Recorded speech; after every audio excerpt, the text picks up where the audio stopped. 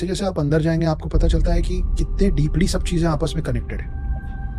परशुराम की बात करें, परशुराम की आपके पॉडकास्ट में पहले बहुत बात हो चुकी है। 4 युगों में से 3 युगों में परशुराम का जिक्र है, उनकी बातें हैं। लेकिन ये बहुत इंटरेस्टिंग पार्ट है कि कैसे जो पिनाका, उनका जो धनुष था जो शिव जी ने दिया था, वो 21 बार उन्होंने क्षत्रिय विहीन किया, क्योंकि उनके पिता को मार दिया गया था तो क्षत्रियों से नाराज हो गए थे।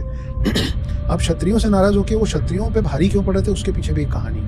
तो हर चीज़ का ना लॉजिकल एक्सप्लेनेशन है हमारे पास, कि उनके जो पिता थे वो तो ऋषि थे, लेकिन उनकी जो माँ थी वो क्षत्रिय थी, रेणुका नाम था। जमदागिनी उनके पापा का नाम था, रेणुका उनकी मदर का नाम था। तो रेणुका जी जो थी वो क्षत्रिय परिवार से, इसीलिए वो ऋषि भी थे और वो उनमें क्षत्रिय ब्लड लाइन में था। तो 21 बार क्षत्रिय विहीन करते करते वो भूल गए कि 21 बार हो गया। फिर उनको याद दिलाया गया, हनुमान जी उनको याद दिलाया कि महाराज प्रभु हो गया, रुकिए। अब वो जो यहाँ मोटा मोटा ये Parshuram is one of the dashavatars. Parshuram एक लौते ऐसे शख्स हैं सब में जो दशावतार के 10 लोगों में भी उनका नाम है और 7 चिरंजीवियों में भी उनका नाम है। तो जब शांत हुए तो शिव का दिया जो धनुष था जिसका नाम पिनाका था, ये उन्होंने दिया राजा जनक को, और राजा जनक थे सीता के पिता। और उसकी प्रत्यंचा जो पीछे वो डोरी लगती है उसको उतार दिया उन्होंने कहा कि जो इसकी प्रत्यंचा चढ़ा लेगा वो सही वर होगा। ये बोल के वो चले गए महेंद्र पर्वत में तपस्या करने।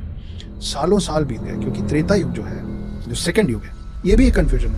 मुझे बड़ा आश्चर्य हुआ कि लोगों को लगता है कि सत्युग है, फिर द्वापर है, फिर त्रेता है, क्योंकि डी और टी त्रे सुन के थर्ड लगता है।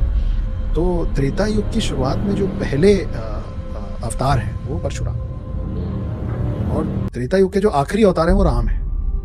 तो त्रेता युग जो है वो है कुछ 8,96,000 सालों का, 8,64,000 ईयर्स।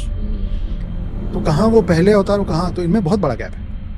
तो इतने साल बाद फिर जब वो फिर राम बड़े हुए, सीता आई धरती पे, और फिर वो प्रत्यंचा चढ़ाते समय वो धनुष टूटा। तो फिर परशुराम नाराजगी से आए राम को मारने, और लक्ष्मण तो हैं ही गुस्सैल, तो ये दोनों आपस में लड़ लिए थे। फिर उनको पैसिफाई किया गया, उनको समझाया गया कि आप भी विष्णु अवतार हैं, आप भी विष्णु अवतार, मिल के चले गए। लेकिन परशुराम की गाथाएं महाभारत काल में भी, तो अगर भाई बोलते हैं ना कि इमॉर्टल है तो बार बार आएंगे।